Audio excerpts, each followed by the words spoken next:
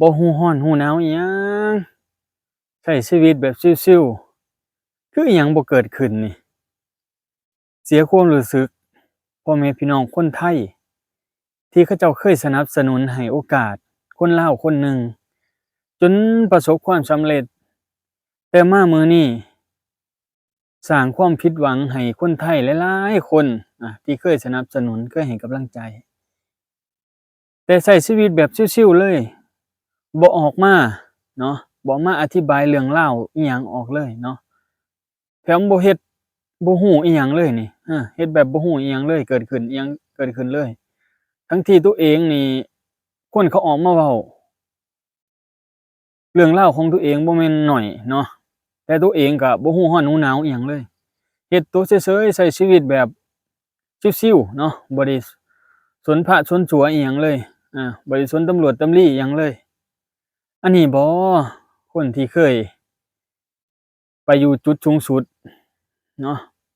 อยู่จุดสูงสุดของยูทูบเบอร์ลาวหลายๆคนเนาะที่เคยคิดว่าตัวเองเด่นตัวเองดังตัวเองเพียบพร้อมแต่มามื้อนี้เอ้าคือเป็นแนวนี้บัดตานี้บ่แม่นว่าข้อยออกมาซ้ำเติมแต่ข้อยอยากออกมาเว้าอยากได้ยินจากปากเลาว่ามันเกิดหยังขึ้นอยากได้ยินว่าคำอธิบายของเลาเลาจะอธิบายเรื่องราวมันมาแนวใดเนาะ มันเกิดขึ้นแนวใดเรื่องราวเรื่องนี้เพราะว่าคนไทยบ่แม่นแต่บ่าวกล้องเนาะที่ท่ารับฟังเนาะคนไทยหลายๆคนเนาะที่เคยซัปพอร์ตสนับสนุนลาวเนาะอืมก็อยากฟังคือกันเหตุผลที่เลาเฮ็ดไปหรือว่าจั่งใดเนาะมันเกิดหยังขึ้นในมื้อนั้นในจุดนั้นเป็นหยังคือต้องเฮ็ดกับหมู่กับครูแบบนี้คนที่เคยทำมาหากินนำกันแม่นอยู่เรื่องราวที่คนหลายๆคนออกมาเว้า แต่ว่าถ้ามันฟังจากปากเจ้าคนหลายๆคนอาจสิเข้าใจกว่านี้เนาะอาจสิเข้าใจกว่านี้เรื่องราวผู้ใดก็ท่าอยู่ท่าฟังแต่ว่าเจ้าเฮ็ดตัวบ่รู้ร้อนรู้หนาวอิหยังเลยเนาะใช้ชีวิตไปวันๆใช้ชีวิตเหมือนบ่มีหยังเกิดขึ้นเนาะแล้วผู้ติดตามในช่องของเราเนาะก็คือเดี๋ยวนี้ก็ค่อยลดๆลงไปเรื่อยๆเนาะหลายๆคนเลิกติดตามผู้ใด อัน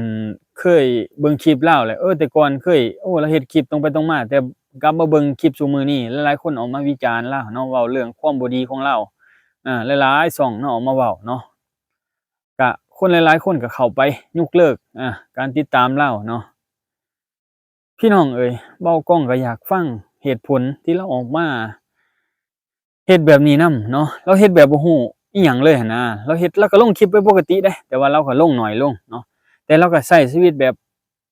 ปกติเลยเนาะแบบชาวบ้านชาวเมืองเฮาใช้เลยเนาะถ่ายวิถีชีวิตเพิ่นก็ได้เนาะ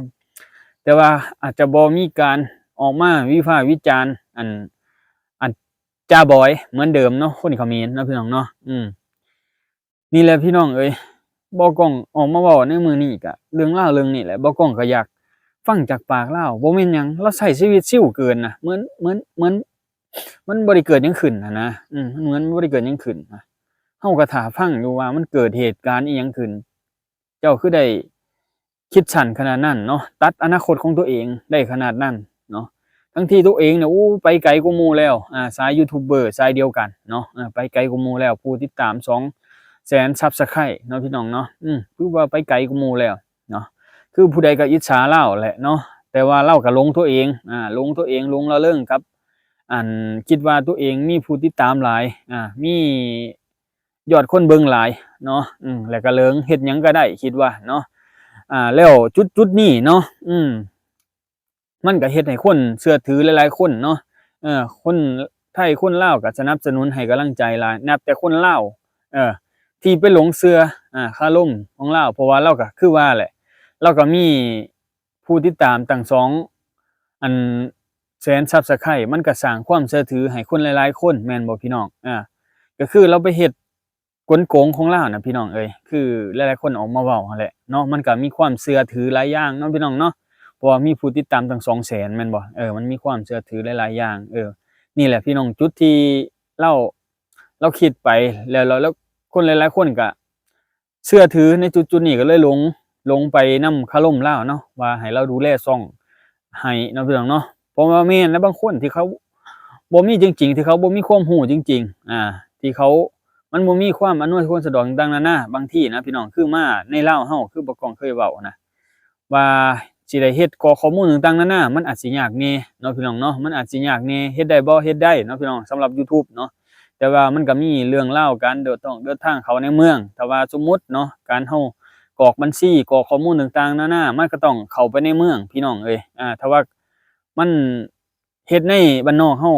ลางเทื่อสัญญาณหลุดๆขาดๆลางเทื่อก็มันบ่มีความสะดวกสบายเนาะพี่น้องเนาะมันบ่มีความสะดวกในทางด้านอินเทอร์เน็ตเนาะหรือบางทีเฮามีผู้รู้เนาะหรือหมู่ครูที่เชื่อถือหรือญาติพี่น้องบางทีเขามีของมีคอมเนาะ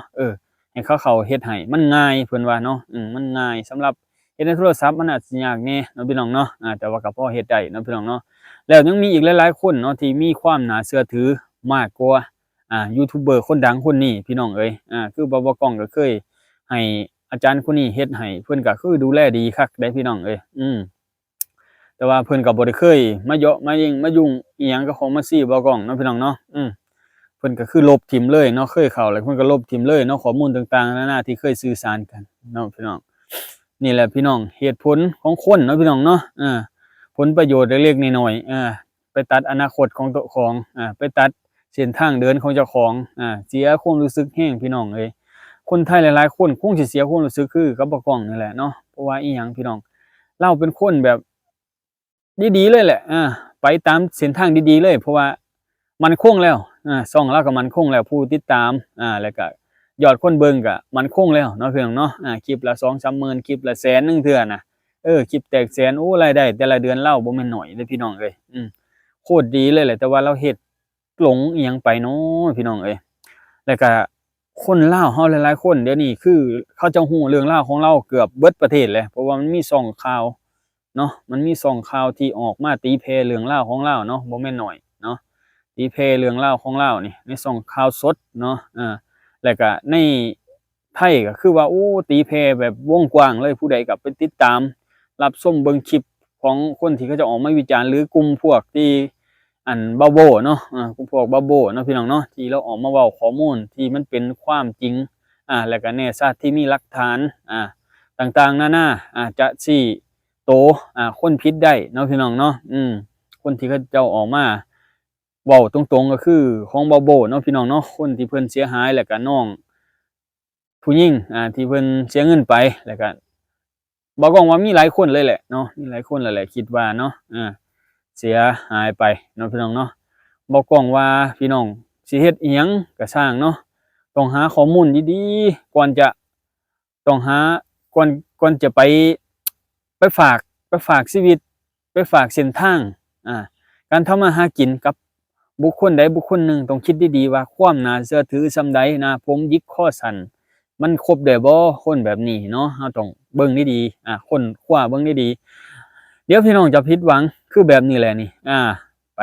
เอาอีเมลเนาะแล้วก็ไปตัวหมู่ครูเจ้าของเพื่อจะเรียกเงินค่าลิขสิทธิ์เก็บเงินเนาะโอ้โคตรอันนั้นเลยว่าบ่มีความจิตสำนึกอีหยังเลยนะพี่น้องเนาะบ่กล้องเสียความรู้สึกแรงเลยเนาะเห็นคนแบบนี้เนาะพี่น้องเนาะแต่ก่อนเคยติดตามเลาเคยรู้สึกดีๆต่อเลาเนาะเคยคอมเมนต์เคยเว้าหยอกกันเนาะพี่น้องเนาะ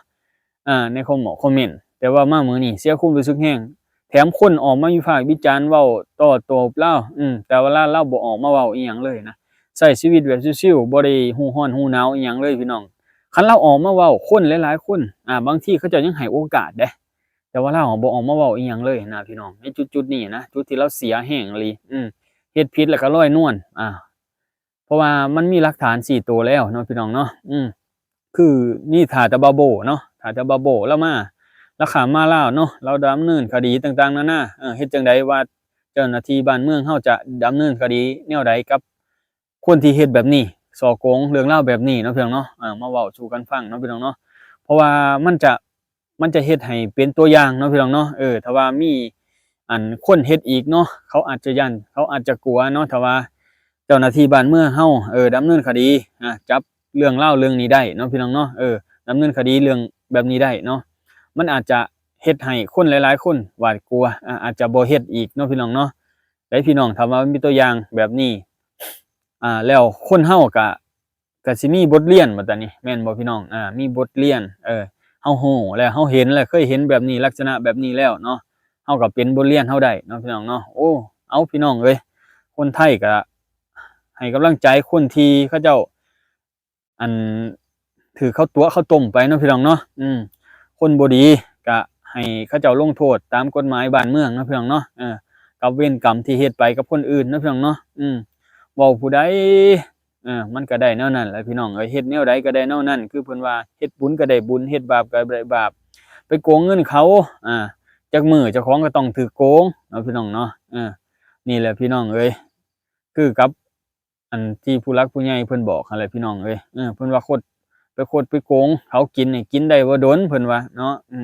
แม่นความเพิ่นว่าได้พี่น้องเอ้ยมันเป็นเงินร้อนเนาะพี่น้องเนาะเฮ็ดจังได๋ซะเอาพี่น้องขอบใจหลายๆที่ให้การติดตามรับชมบ่าวกล้องเนาะพี่น้องเนาะเรื่องราวเรื่องนี้ก็ได้ก็บ่าวกล้องก็จะจบเป็นคลิปสุดท้ายแล้วแหละคลิปนี้ออกมาเว้าเนาะเพราะว่าออกมาเว้าจังได๋เราก็คงจะบ่